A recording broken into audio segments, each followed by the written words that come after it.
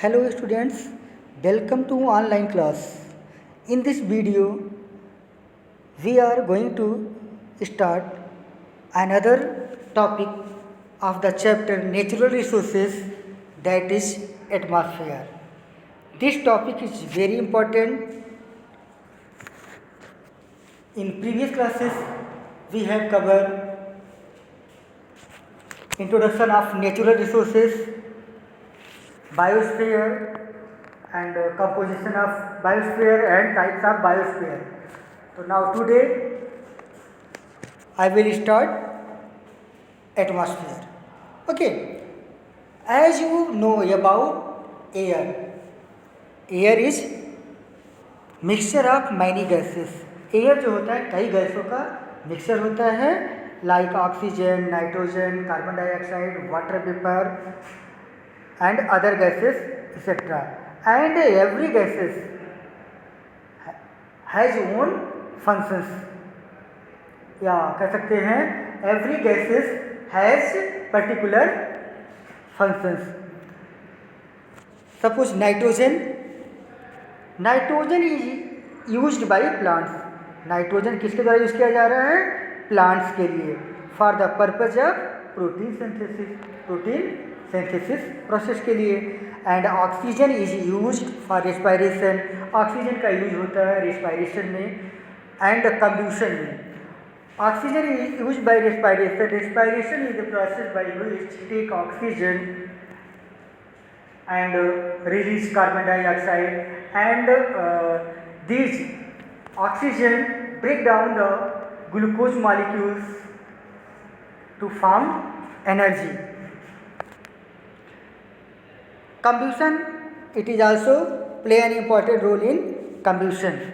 Combustion is very crucial events because with the help of combustion it helps in fossil fuel, burning of fossil fuels, burning of coal and petroleum, etc.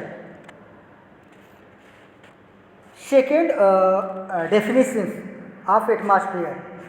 Definition of atmosphere: the layer of air around the earth is called atmosphere. The layer of air around the earth is called atmosphere. Composition of air. Air is colorless, odorless resources in which 78% of atmosphere consist of nitrogen. हमारे atmosphere का 78% part जो होता है ये nitrogen से consist होता है. And 21% of atmosphere consist of oxygen. और हमारे एटमॉस्फेयर का, हमारी अर्थ का 21% जो पार्ट होता है उसको ऑक्सीजन कवर करता है. And carbon dioxide 0.03%. And rest dust particles and other gases are also present in the atmosphere. Layer of atmosphere. Layers of atmosphere. एटमॉस्फेयर की हमारी कौन कौन सी लेयर हैं? Atmosphere has been divided into 4 layers in which first one is troposphere, second stratosphere, third mesosphere and fourth thermosphere. Troposphere क्या होता है? हमने प्रीवियस क्लास में भी पढ़ा है. Troposphere is the lowest layer of the earth. Troposphere हमारे earth surface का सबसे लोएस्ट लेयर होता है. It extend up to 16 kilometre from the surface. ये हमारे सरफेस से 16 किलोमीटर एबव होता है. And it contains oxygen, carbon dioxide particles and climatic events such as lightning, thunderstorm, cloud forming etc. occur in the troposphere. In troposphere region में thunder, cloud storm and other events are also present in the troposphere. Understood troposphere? Second, stratosphere. Stratosphere extend from 16 kilometre to 50 kilometre. मैंने इसके पहले video में diagram के through बताया था कि it extend from 16 kilometre to 50 kilometre, मतलब ये 16 किलोमीटर से 15 किलोमीटर तक होता है। एंड कंटेन ओजोन लेयर, और ये क्या कंटेन करता है? ओजोन लेयर को। Ozone layer which protects the earth from ultraviolet radiations of the sun, it also called ozonosphere. मतलब ओजोन लेयर जो होता है, इसके बारे में हम और एक वीडियो के साथ बताएंगे आपको नेक्स्ट क्लास में। इसमें बहुत साइलेंटली हम समझते हैं। ओजोन लेयर प्रोटेक्ट अर्थ, ओजोन लेयर जो क्या होता है, अर्थ को प्रोटेक्ट करता है किससे? अल्ट्रावायलेट रेडिएशन से।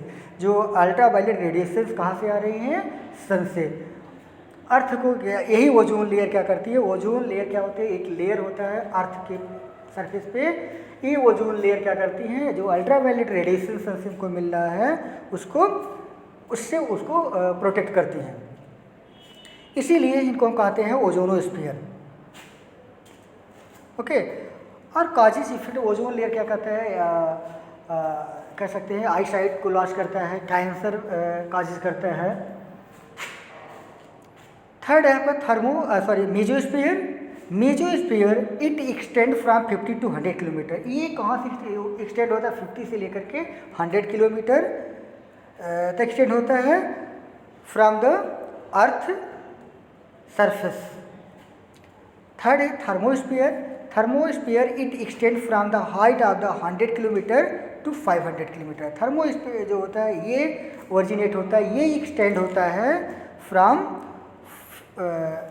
100 to 500 किलोमीटर तक होता है। Thermosphere increase the progressively in this layer. ये क्या करता है?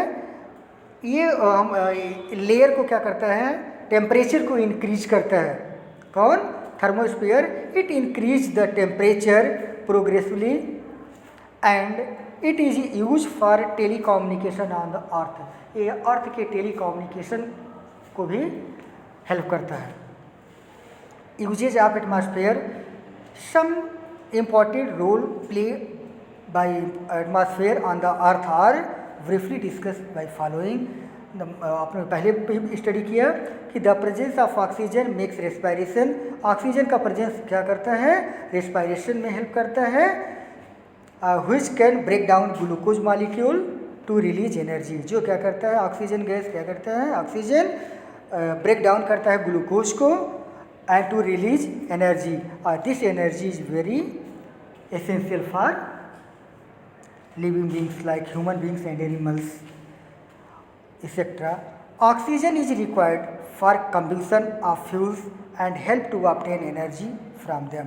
ऑक्सीजन किस लिए रिक्वायर होता है? For the combustion of the fuels, fuels के कम्ब्यूशन के लिए, फ्यूल्स को जलाने के लिए। And help to obtain energy from them, और उससे क्या मिलता है? हमसे एनर्जी मिलता है। Carbon dioxide gas is also use by plants to perform process of photosynthesis.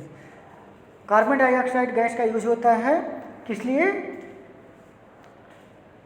For the process of photosynthesis. अब फोटोसिंथेसिस प्रोसेस किस में होता है? प्लांट्स में। Plants make their own food in the presence of sunlight, the process of photosynthesis.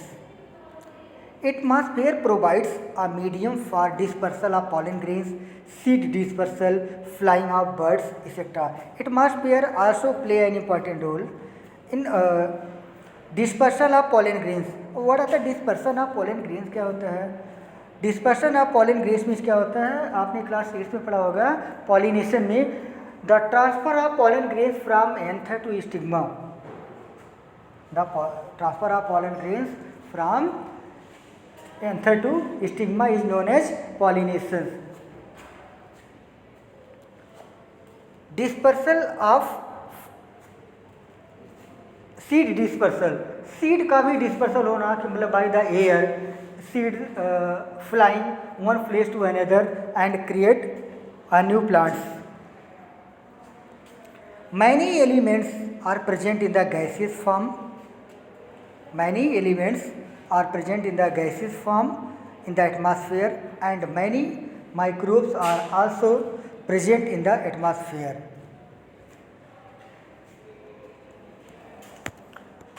With the help of the diagrams, you can study layers of the atmosphere.